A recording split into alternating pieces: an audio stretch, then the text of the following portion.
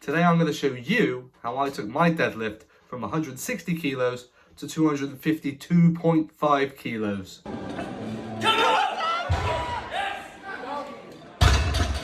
Now the hot topic, conventional or sumo. Point blank, sumo is easier. I'm not having it. No! For you sumo people, you can argue otherwise. Sumoing is easier than conventional. No. So if you want to look good, do conventional. But if you don't want to look good, do sumo. Be the sumo guy. You could be like, yeah, I could deadlift 300. Sumo. Just takes away a bit of credibility, doesn't it? But if someone's like, I pull 300 conventional, you're like, whoa, that guy means business. I'm obviously joking, do what you want, but sumo there is advantages to both. So you decide and pick what you want to do. Okay, tip number 1 is that you need to stop deadlifting heavy all the time. Now, you can train deadlifts 2 to 3 times a week. I would say 2, potentially 3 at the very most. But you could do it twice, and I think that's a great number of times to do it a week. But now, you need to have a heavy session and a lighter session. Otherwise, your central nervous system is going to be fucked. The reason we'll add the extra sessions in is to improve technique. Because at the end of the day, the deadlift is a skill. And the better you can get at it, the more you can lift. If you think about it, if I add an extra 20 kilos to my deadlift, I haven't added a lot more muscle mass. My skill of getting better at the deadlift has improved. It's not all about muscle hypertrophy. It's about skill, it's about execution, and it's about doing it right. Now, tip number 2 is obviously improve the technique. Many people deadlift either wrong or just unoptimally, and you can improve things quite easily, to be honest. To start off, get your feet closer than shoulder width, okay? You do not want a wide stance. You're not doing a squat. You want to be explosive coming off the floor, okay? The closer you go, the more explosive you'll be. I'm not saying stand really close, but I would say where the learning is, stand with your feet just inside of that, yeah? Makes sense. Now, stop rolling the bar. This is something I'm guilty of. I used to do it. It's terrible. It doesn't help you. It's just a useless thing and you're wasting time. Have more of a static start. And the way we're going to generate the power is through hip shooting up and down, and then you come up. Hip shooting is probably the thing that helps me the most when I deadlift. What you're going to do is lift your bum up, bring the bar with it, and then as you come down,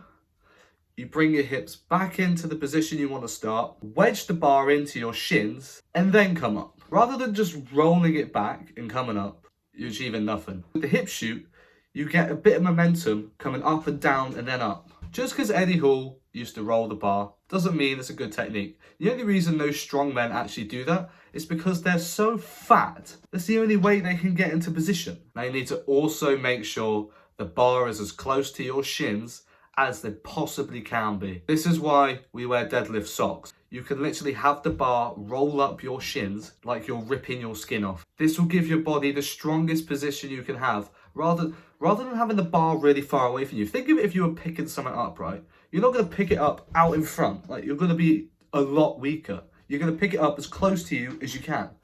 Exactly the same principle for the deadlift. Tip number 3, make sure your grip is right. Now, if you're not powerlifting, or even if you are, okay, in training, you should use straps because your grip is just not going to be able to keep up with the amount of repetition that you're doing. You don't want to fail the lift because of your grip. In competition, you can't use straps. Your 2 options are an over-under or hook grip. Having both hands over the bar is just going to completely fuck you over. Entirely. You will drop that bar because the bar will roll out your hand. The reason the over and under works is because you stop that bar rolling. Obviously, you have the risk of tearing a bicep if you flex your elbow. However, don't do that.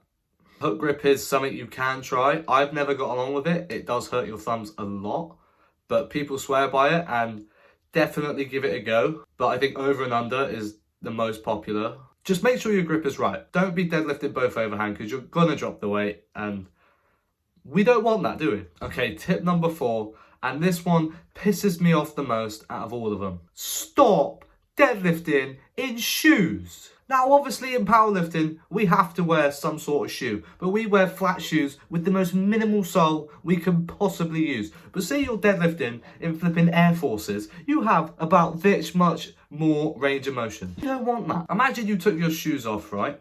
And then you stood higher up on some sort of inch platform, a plate or something, and then you deadlifted off that. You would be like, fuck this. This is so much harder. Take them off. Do it in socks. Or get a flat shoe, okay?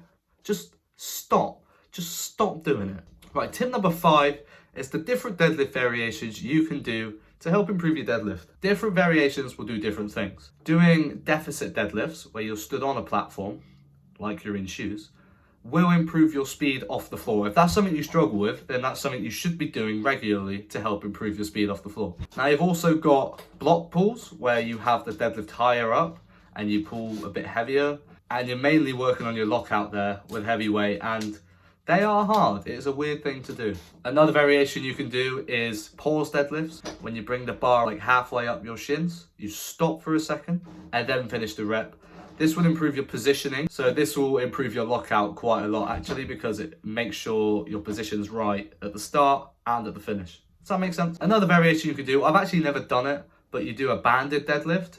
And so basically the bands will have more tension, more resistance the higher you get up through the deadlift movement. So once it gets to say your knees, the tension is getting more and more and more until you lock out. And that is going to, again, improve your lockout if that's something you struggle with. But you've got to identify where your problems are. If your problems are off the floor or if they're at lockout, you've got to use initiative here and be like, where am I going wrong? There's no point you doing deficits if you have great speed off the floor. Like, you're wasting your time. Thanks for watching this deadlift video. I hope that helps. You should get a pretty good deadlift now you've seen this. Let's be real. I'll see you in the next one.